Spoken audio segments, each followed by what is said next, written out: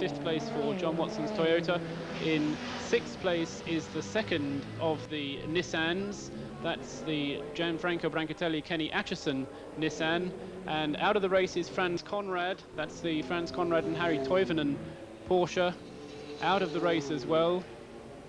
Harry Toivonen having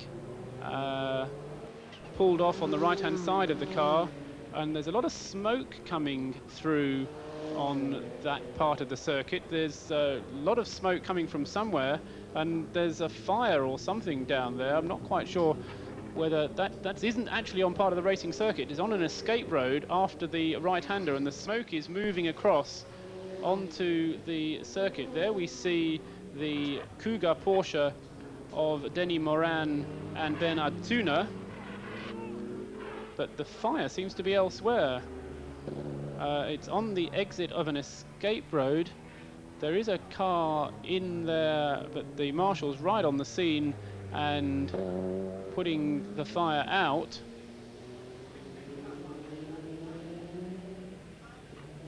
Meanwhile, the race is continuing, but there is the debris of a car there. We keep seeing this shot of the Cougar. In fact, behind it we see the Hydro Aluminium Brunn Porsche. Now that car was the Harold Heisman driven car, and in fact, yes, there's debris on the. In fact, there was a 3-car incident, and this is the 3rd car which we're seeing here, which is almost completely unidentifiable, being covered with foam.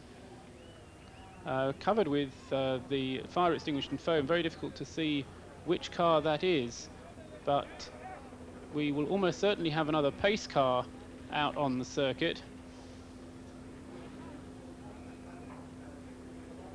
So the race positions will once again be thrown into confusion. We'll be seeing the pace car in a minute. Yes, it's out on the circuit now then. So that's the Harold Heisman Porsche, the Hydro Aluminium car, the Brunn Motorsport entry, which was running in 10th place, but that car involved with an incident with the Cougar, number 12, the Bernard Thüner and Denis Moran car, and there's a 3rd car involved in that as well, which was the one which actually caught fire and caused the vast amount of smoke which we saw drifting across the circuit. And there the cars coming very, very slowly through this right and left-hand corner. They were on their 63rd lap, and into the pits has come the number 37 Toyota. So John Watson into the pits. Now, whether he got out of the car and Jeff Lees got in, I can't tell you at the moment. We'll have to see when that car comes out, whether or not it's John Watson or Jeff Lees at the wheel.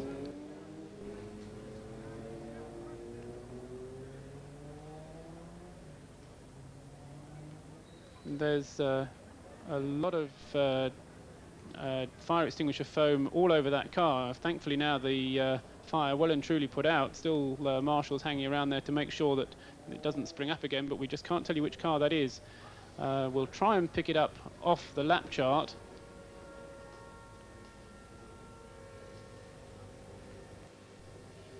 In fact, they're red flagging it, I think. I think that this is, having said that they will keep the race going at all costs, I think they're actually going to red flag this race, and that's going to be a race stop situation. So 62 laps completed, and they're putting the red flag out. So that means that the race is going to be stopped. Now, the regulations then get more complicated because you have to work out whether we are within 70. Now there I can see on the screen there, that's Harold Heisman, and I think that's Jesus Pareja with him. Yes, it is. Now Jesus was out of the race some time ago. Jesus Pareja in both those drivers for the Brunn Motorsport team. That's Harold Heisman on the left and Jesus Pareja on the right. If indeed it was Harold Heisman. Yes, I think it was. Now the cars have come to a stop as the red flag is displayed on the start line. This is the first time that I can remember a world sports car race having been stopped for a long time, in fact, because they would keep it going as a pace car situation and keep the thing running. We see on the right there the Joest Racing Porsche, and on the left the Richard Lloyd Racing Porsche. Some of the debris still being swept from the circuit.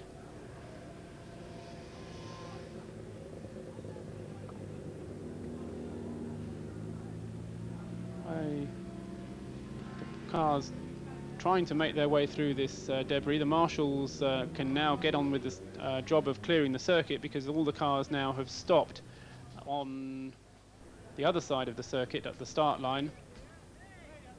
That giving the opportunity to clear the track completely. Now, the fact that Jesus Pareja was seen walking back there, I assume means that that car that we couldn't identify was the Jesus Pareja one. Now, that car had dropped a long way down the order. The Repsol-sponsored Porsche of Jesus Pareja was actually some 39 laps behind, so I just wonder whether in fact it had been parked and was hit by the other cars. All that is complete conjecture. But having had this race marred significantly by pace car incidents in the early stages, we thought we were going to be able to get the runners through right the way through to the finish, but we now have the race stopped.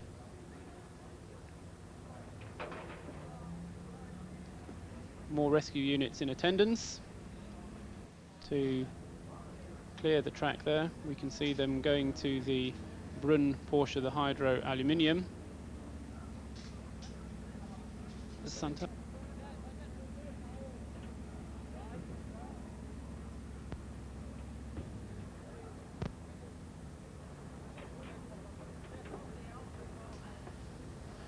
And we think that it may have been the Bernard Santal car which was on fire. He is unhurt. We know that he walked away from the car, Bernard Santal in the Brunn Motorsport Porsche, but two Brunn Motorsport cars involved in that incident, as well as the Cougar of Denis Moran and Santal.